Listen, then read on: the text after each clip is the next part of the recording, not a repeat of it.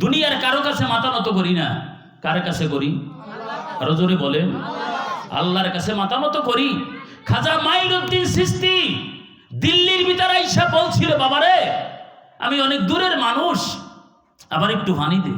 এই বেঈমানের গোষ্ঠীরা গোড়ায় চাবুক মাইরা এক বদনা রক্ত দিয়ে দিছে। আল্লাহর রক্ত কি পানি বানাইতে পারে না? এশারের মাগরিবের নামাজ মতান্তরে আসরের নামাজ পড়লেন, খাদেম কয় হুজুর এটা তো পানি না। কি কি কি দিল তাই? কয় হুজুর এটা রক্ত। আমি তো পানি দেখলাম। আচ্ছা ঠিক আছে, আর একজন লোক যাও, যাইয়ে বলো আনাস সাগর থেকে একটু পানি আইন, আমি মাগরিবের নামাজ পড়বো। জোরে কোন সুবহানাল্লাহ। আল্লাহর ওলি পাঠাইলেন। আচ্ছা হিন্দু লোকের মধ্যে ভালো লোক আছে না? আপনারা মনে করেন আমি খালি এই আলিফ বাতা পড়ে মালন হইছি না। কোন হিন্দু ভাই যদি এখানে থাকেন, আমি 3 জন মুসলমান করছি, আমি মহাভারত পড়ি, রামায়ণ পড়ি, বেদ পড়ি, কলকি পুরা পড়ি, মনে করেন না খালি ওই কোরআন হাদিস লয়ে বইয়ে রইছি। আমরা কবরের মধ্যে লাশ রাখলে কি বলি? মিনহা খলাকনাকুম ওয়া ফিহা নুঈদুকুম ওয়া মিনহা নুখরিজুকুম তারাতান উখরা। হিন্দুরা যখন মারা যায় ওই সময় সীতা খোলায় নিয়ে একটা গীতা পড়ে। কি পড়ে?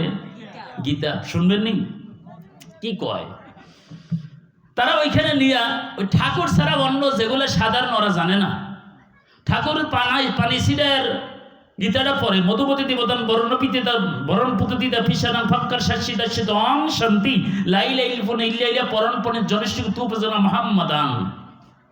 এটার অর্থ হলো শেষ জবার একজন মহামানব আসবে, তার পহেল অক্ষর ম, শেষের অক্ষর দ, মুহাম্মদ সাল্লাল্লাহু আলাইহি ওয়াসাল্লাম। ওই ব্যক্তি বুদ্ধিজীবী হবে, গরুর গোশত ভোজন করবে। হেলে গেরে গরুর গোশত খায় না। আমার লাগে এক হিন্দু বেল লাগে একদিন দেখা, ভাই গরুরে কি কন? কয় গরুরে মা। আচ্ছা তাহলে বলদ গরু কি লাগে? যাক যাইলাম না, তাহলে সাও সও মনে করেন না খালি কোরআন হাদিস পড়ে বইয়ে রয়েছি না। আমার কাছে একটা ডিকশনারি আছে।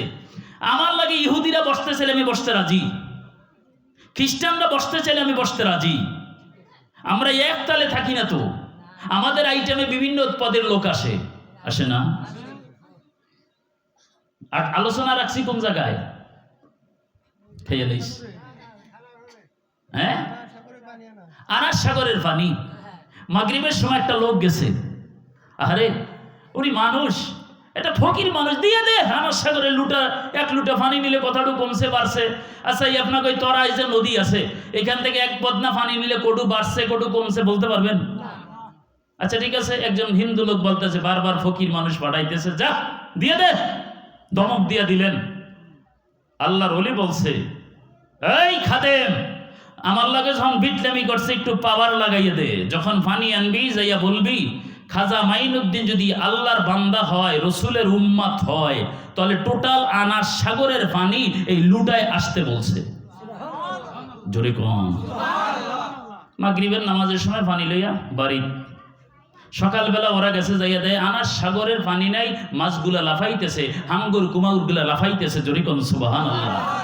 সব বদ্ধলোকগুলা হিন্দুগুনা আল্লাহর ওলি মাইনুদ্দিনের সামনে দাঁড়াইয়া বলে, বাবা পানি ফেরত দেন। আমি সুযোগ পাইছি, আমারে রক্ত দিছস, এখন বাদাম কেমনে দেওয়া লাগে আমি বুঝি, আমারে এখন তরিত চিনস নাই। পানির মালিক আমি না, পানির মালিককে আরো জোরে, পানির মালিক আলে আল্লাহ, আমি পানির মালিক না।